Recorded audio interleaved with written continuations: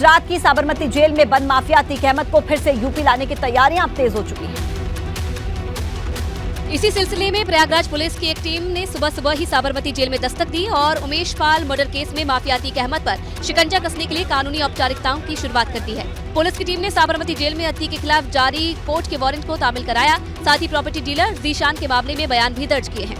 दरअसल पुलिस ने अतीक से प्रॉपर्टी डीलर जीशान से 5 करोड़ की रंगदारी मांगने के मामले में पूछताछ की। 31 दिसंबर 2022 को अतीक के बेटे अली ने दोस्तों के साथ मिलकर जीशान के साथ मारपीट की थी और जेल में बंद पिता अतीक से बात कराकर रंगदारी मांगी थी।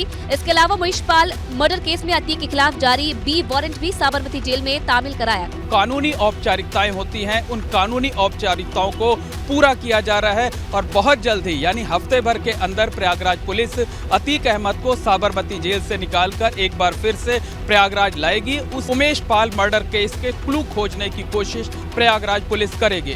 कैमरामैन अनुराग द्विवेदी के साथ मोहम्मद मोइन, एबीपी गंगा, प्रयागराज। इस वारंट के तामील होने से अतीक को यूपी लाने का रास्ता साफ हो जाएगा, जिसके बाद पुलिस ने उमेश पाल हत्याकांड केस में अतीक को प्रयागराज लाकर पूछताछ कर सकती है।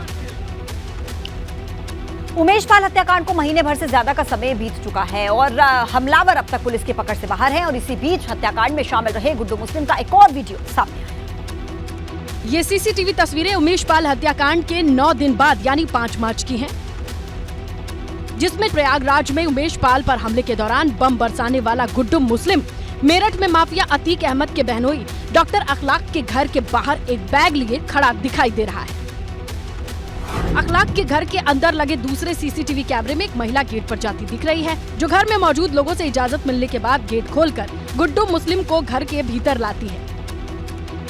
घर के अंदर लगे तीसरे सीसीटीवी कैमरे में महिला के पीछे गुड्डू मुस्लिम आता दिख रहा है, जिसके बाद गुड्डू मुस्लिम सामने सोफे पर बैठी अखलाक की बहन के सामने जाकर बैठ जाता है। इसी दौरान नीले रंग की टी शर्ट में एक शख्स गुड्डू मुस्लिम से गले मिलता है। थोड़ी देर बाद अखलाक भी आ जाता है। थोड़ी देर तक दोनों में बातचीत होती है, फिर तीनों बारी बारी से अंदर के कमरे में दाखिल हो जाते हैं।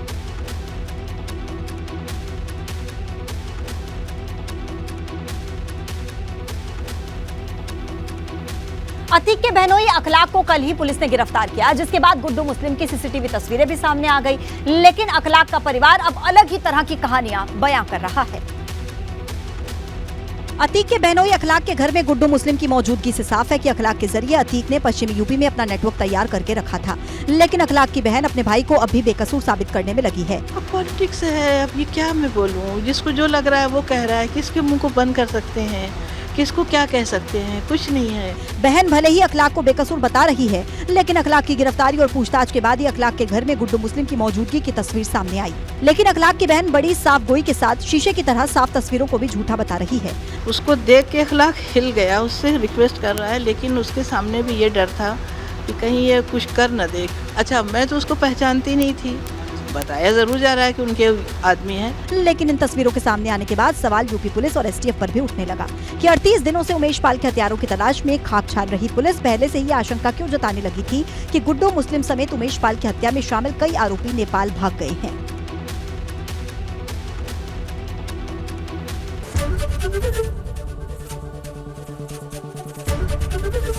एबीपी गंगा, खबर आपकी, जुबान आपकी।